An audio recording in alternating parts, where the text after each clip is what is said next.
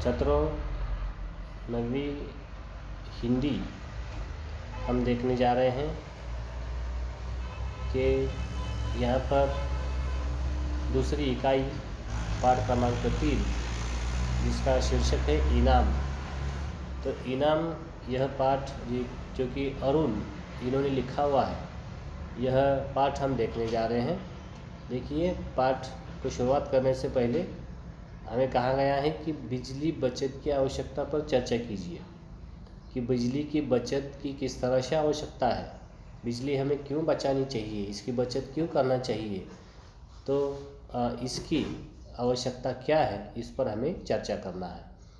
अब कृति के लिए आवश्यक सोपान दिया गया है। कृति आपको करने के लिए कहा है कि विद्यार्थियों से बिजली से चलने वाले साधनों के नाम पूछें।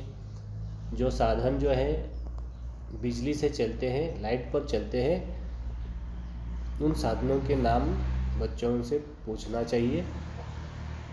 बिजली का उपयोग अन्य किन किन क्षेत्रों में होता है कहलवाइए। अब सिर्फ घर के बिजली पर चलने वाले साधनों के नाम पूछने के बाद हमें यह भी उन्हें पूछना है कि किन क्षेत्रों में बिजली का उपयोग होता है। बिजली की बचत की आवश्यकता पर चर्चा कराएं। अब हमने देखा कि बिजली की बचत क्यों आवश्यक है। विद्यार्थी द्वारा किए जाने वाले उपाय बताने के लिए कहें। तो हम बिजली की बचत किस तरह से कर सकते हैं, इस पर कौन से उपाय हम कर सकते हैं, यह हमें बच्चों से पूछना है। अब देखिए, इनाम यह पाठ हम देखने जा रहे हैं। अरुण इन्होंने इसको लिखा है। देखिए, मैं पढ़ रहा हूँ, इसको अपने मोबाइल पर देखिए या फिर किताब में देखिए और समझने की कोशिश कीजिए। देशी कंपनी ने रेफ्रिजरेटर बनाया और उसकी प्रसिद्धि के लिए एक विदेशी विज्ञापन अपनाया। भारत भर में प्रतियोगिता का जुगाड़ किया। सवाल था, इस रेफ्रिजरेटर को खरीदने के क्या 7 लाभ है। 1 अप्रैल को फल निकलना था। जिस या जिन प्रतियोगियों का उत्तर कंपनी के मुहरबंद उत्तर से मेल खा जाएगा, उसे या उन्हें एक रेफ्रिजरेटर मुफ्त इनाम दिया जाएगा। अब देखिए कि इनाम क्या था। देसी कंपनी ने एक रेफ्रिजरेटर बनाया। तो देसी कंपनी, जो कि अब देसी किसको कहते हैं, जो कि हमारे देश में बनता है, तो उसे देशी कहते हैं। तो हमारे देश की एक कंपनी थी, उन्होंने एक देसी रेफ्रिजरेटर बनाया जिसे हम फ्रिज कहते हैं। और इस फ्रिज के प्रसिद्धि के लिए, इसके एडवर्टाइज़ के लिए एक विदेशी जो है विज्ञापन, एक एडवर्टाइज जो है उन्होंने अपनाई थी।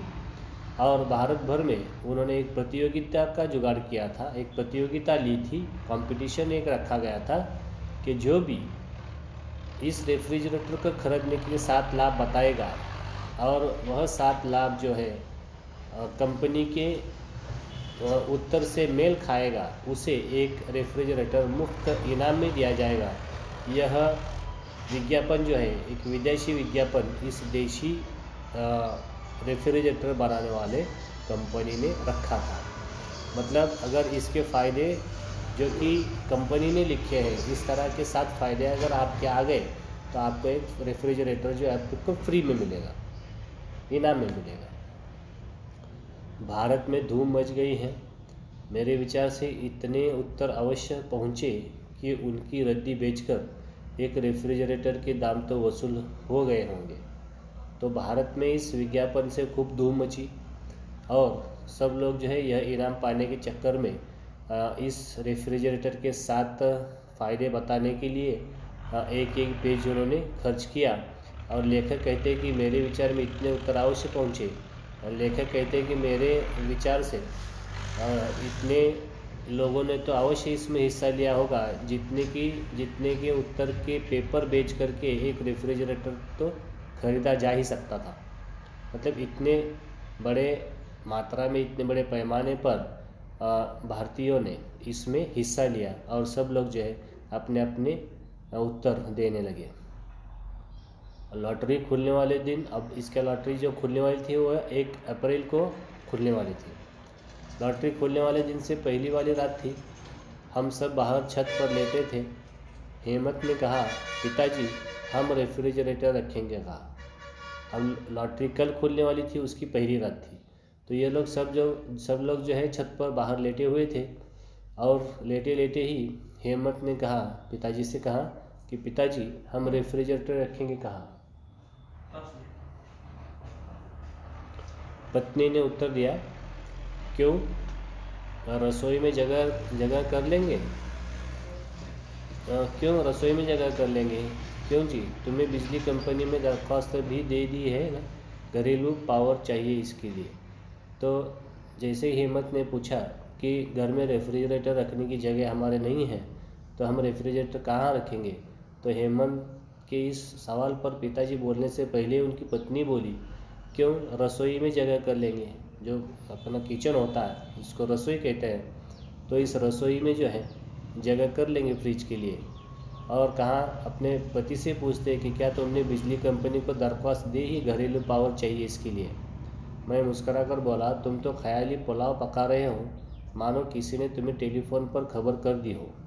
अब यह लोग जो है इन्होंने उत्तर भेज रखा है और यह सोचने लगे हैं कि हो न हो यह इनाम जो है इन्हीं को मिलेगा।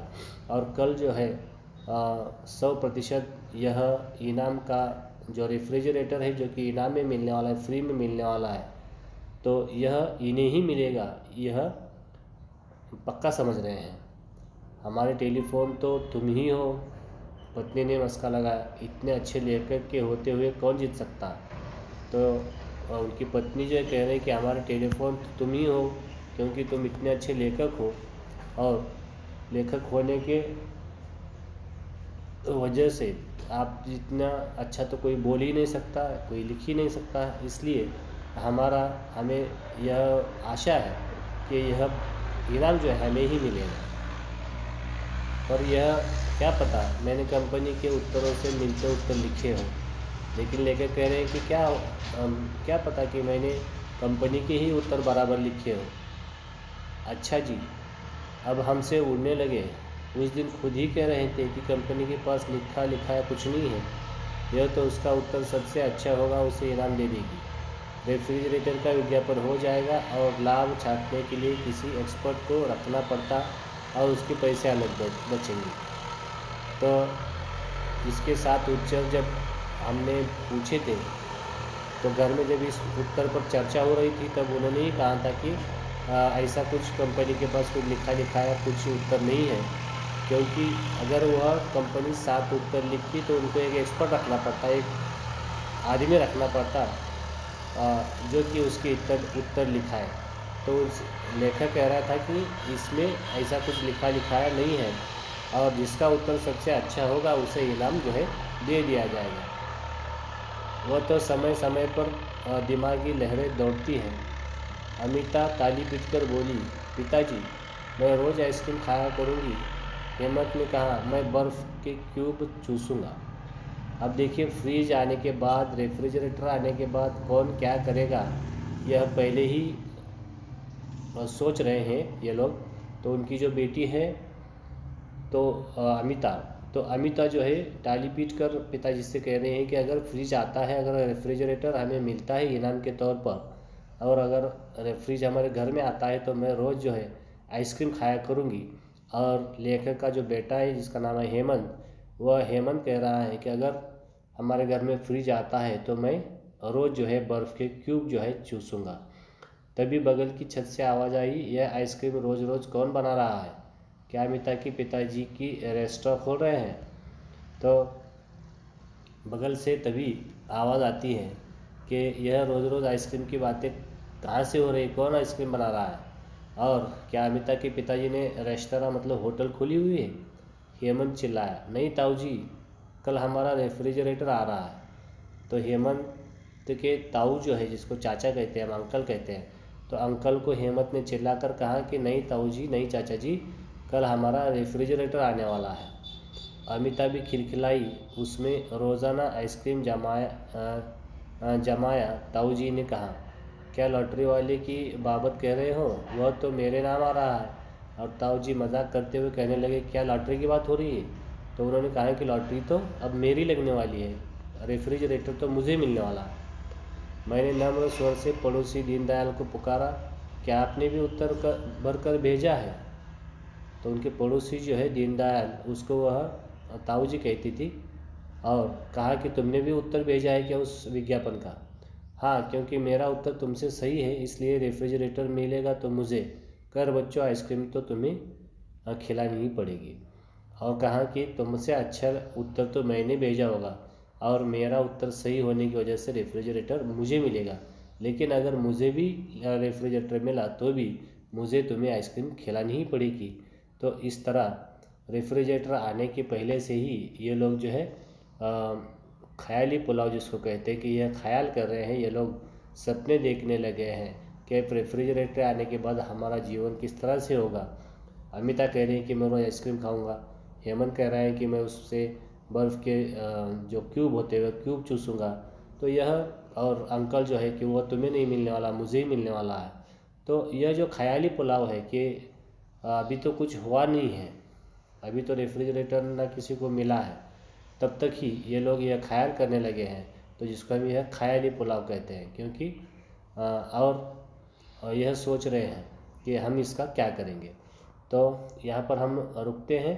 अब इसमें जो नए शब्द हैं, इस नए शब्द को लिखिए और उसके अर्थ जानने की कोशिश करें। इस वीडियो में इतना ही। कल फिर नए हिस्से के साथ फिर हम मिलेंगे अगली वीडियो में। तब तक के लिए धन्यवाद।